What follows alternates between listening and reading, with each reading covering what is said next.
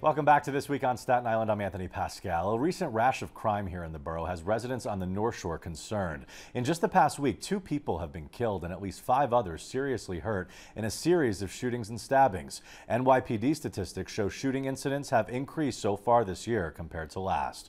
Joining me now to discuss what may be behind the trend, former NYPD Lieutenant Mike Riley, Reverend Dave Bidell, pastor at the New Hope Community Church in West Brighton, and Ranti Ogunleye, the senior trainer at Global Kids, an initiative to mentor young people in our community. Gentlemen, thank you so much for being with us to discuss what is an important topic right now. I want to kind of piggyback off what I just asked former District Attorney Dan Donovan about, and that was, should we be concerned that we're seeing a rash of recent crime? He said that this happens and you can't really give too much credence to a small window of crime. But Mike, this is something that's not just happening on Staten Island. It's actually happening all over New York City. Oh, absolutely. It's happening in all 5 boroughs. We're having pockets of increase of violent crimes, such as shootings and stabbings.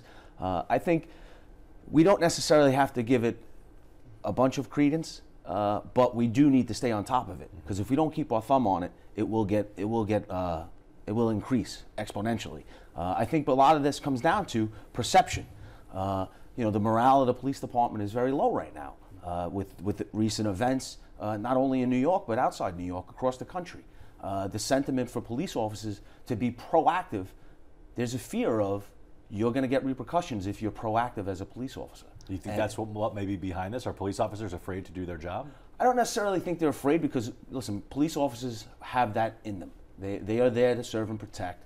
They're going to do their jobs day in and day out, as they always do. As we saw in Manhattan just the other day. Absolutely, absolutely. But the thing is, the rhetoric coming out now from all these incidents, stop, question, and frisk, right? Everybody came out and said that, oh, stop, question, and frisk stopped. It's no longer around. That's not true.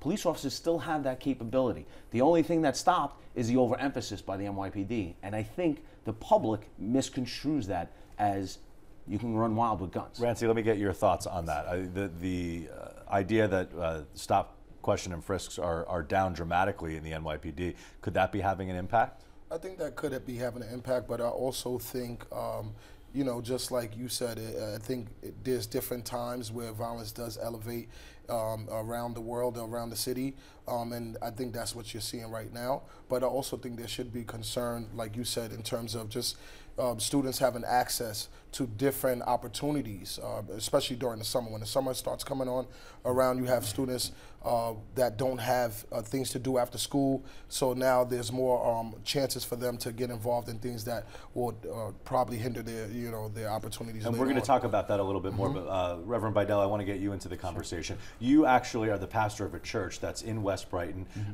There have been several crimes in that general area over the last few weeks.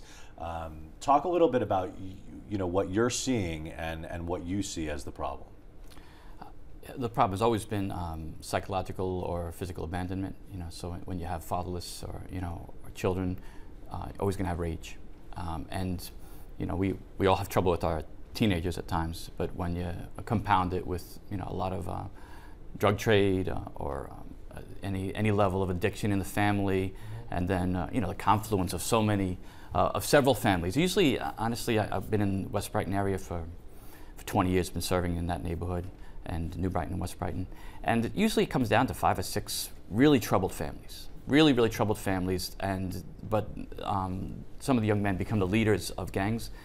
So if you can really isolate and really spend a lot of energy to take care of those, to really help them through the tough spots, make a lot of I know that's what you've been trying to do, and you actually told me that you've seen countless number of people come through that you say you can see they have the potential of becoming, the next homicide suspect. Yeah, you kind of you see them, and we have good communication with good relationship with the local coaches. The Hurricanes are great in the neighborhood. PS 18, tremendous school in the area. Everyone, such a caring community, but we communicate, and we're able to say so and so is in trouble. What can we do? So we try to get mentors around them really young, and to start they need fathers, they need mothers, they need people who can help them through, whether it's the times tables, which is you don't learn your times tables, and you're just stuck for years. So silly things, small things like that can so make a are huge there not difference. enough mentors, or what is the issue in getting the message home to these young people and getting them to be more good citizens? Right. Well, I think it is a number of variables. I think what he said definitely having communities where there are absentee fathers, but I think it's bigger than that. I come from the adage that it takes a village to raise a child, and I think when you're looking at the community, everybody in the community has to have a whole all hands on deck approach. And what you see, we don't have that. I was speaking to you earlier about the George Cromwell Center, closing down, and then nothing being reopened to the young people, and then the young people actually seeing a Ferris wheel being built or other things being built on Staten Island, and they're like, what do I expect from this? What's going to happen to me? How do I play in this scenario? So I think young people need to see that the community actually cares about them through support systems, and then also give them real opportunities to actually go on and get job training and stuff like that. Real programming that's going to help them long term and not short term. I'll throw on my Community Education Council hat for Staten Island. I'm the president of the CEC. I see many good programs like that. IS-49, for instance, has a mentor program. They have people from the community that take a student under their wing and they mentor them. I'd like to see that expanded to other schools. And not only that, let's get the police department involved in that as well. They already do cops and kids and cops in schools, but let's get it down to where we send the regular patrol officer into a school. Well, I want to ask you if any of you believe, is this at all a policing problem? I mean, would more police on the North Shore possibly be an answer? I think so. Yeah. I mean, I'm sorry. There's only like a handful of police that are responsible for the all their housing projects. That's ridiculous. That's such high crime in those areas, and only a few of the housing police. So we've had many situations where I've had people in my church calling the police and waiting so long. They can't. It's not their fault. They don't have enough to protect. I tell you, this comes down to, and you said it exactly, waiting, response times. Yeah. Now, we were fortunate enough that Staten Island has advocated for years, and we got the 4th police precinct, the 121, right? Well, the problem comes down to manpower. They had 3 precincts before that, which was the 120, the 122, and the 123, right? Each precinct had officers reassigned from them to cover the 121, right? And they only shipped in 50 new officers from off island.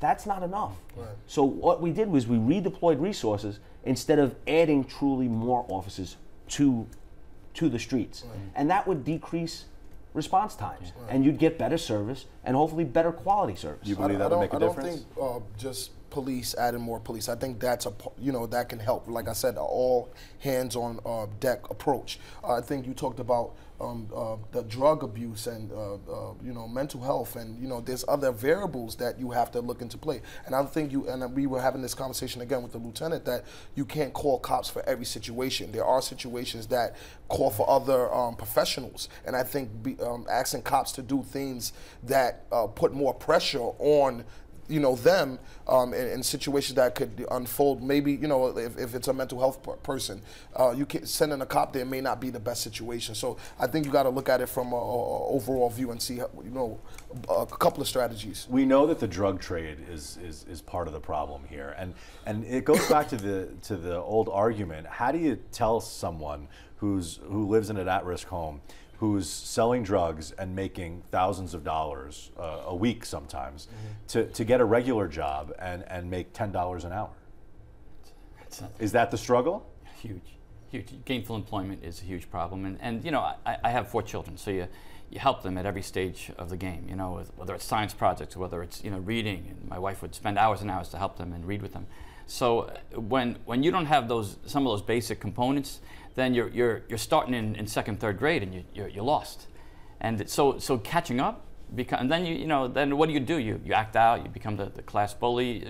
It's just a natural progression. So if we try to be, as a church, we've focused a lot of our energy at being the fence at the edge of the cliff. Well, how do you end that cycle? Well, the question, mentoring, I think the question you raised is $10 enough to a livable wage?